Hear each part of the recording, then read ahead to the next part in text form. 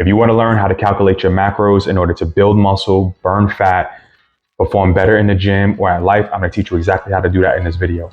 But in order for you to avoid the pitfalls and delays, get into your goals that most people do when they guess, I'm going to lay the foundation so that you understand a few things in order to get there the right way. First and foremost, you need to understand your total daily energy expenditure, your TDEE. This is composed of 4 different factors: your RMR, your TEE, your TEPA, and your NEAT. Your RMR is your resting metabolic rate. This is how much energy you burn just functioning as a normal human being. Your TEE, or your thermic effect of food, this is how much you burn to actually break down, digest, and absorb the food that you take in order to use it for your lifestyle. Then you have your TEPA, your thermic effect of physical activity. This is your energy that you need to perform any exercise that you intentionally do in the gym, outside, in your sport, and just as part of your lifestyle. Then you have your NEAT, your non-exercise thermic activity, which is going to be what you burn fidgeting, standing, just, utilizing your muscles, but not actively exercising or participating in any type of activity that's going to exert overload on your body. Okay, so you understand these factors, you now can find your calories that you need for the day.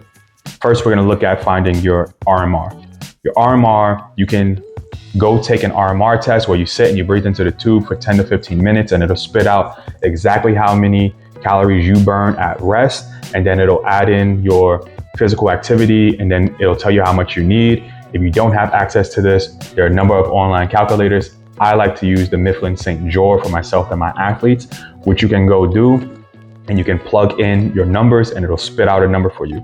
All you need is your height converted into centimeters. You need your weight converted into kilograms, and you need your your age in years, Once you get that number, this number is going to be your RMR, and you're going to multiply that number by your daily activity. Your daily activity is going to be a 1.15 up to 1.9, which is going to range from a sedentary individual that really doesn't do anything up to a very active individual in their lifestyle, their job, physical activity, like 10 plus hours a week. Okay, that number, for the sake of this video, is going to give you your maintenance number. Now get your pen and pad out because we're going to do some math. Your maintenance number is going to be what you need to function and maintain your weight where you are right now. You want to adjust this number up or down based on what your goal is. In order to put on size, you can adjust it up. If you want to lose some fat, you want to adjust it down. Don't adjust it lower than your RMR because that'll cause numerous problems, including metabolic adaptation, which we don't want as athletes or just regular general public either. So now let's go back to our maintenance number and give you an example of how to break this down. Let's say your maintenance number is 2,000 calories a day, and I take in 200 grams of protein per day. I'm going to multiply that number by 4 to get my protein calories, which is 800.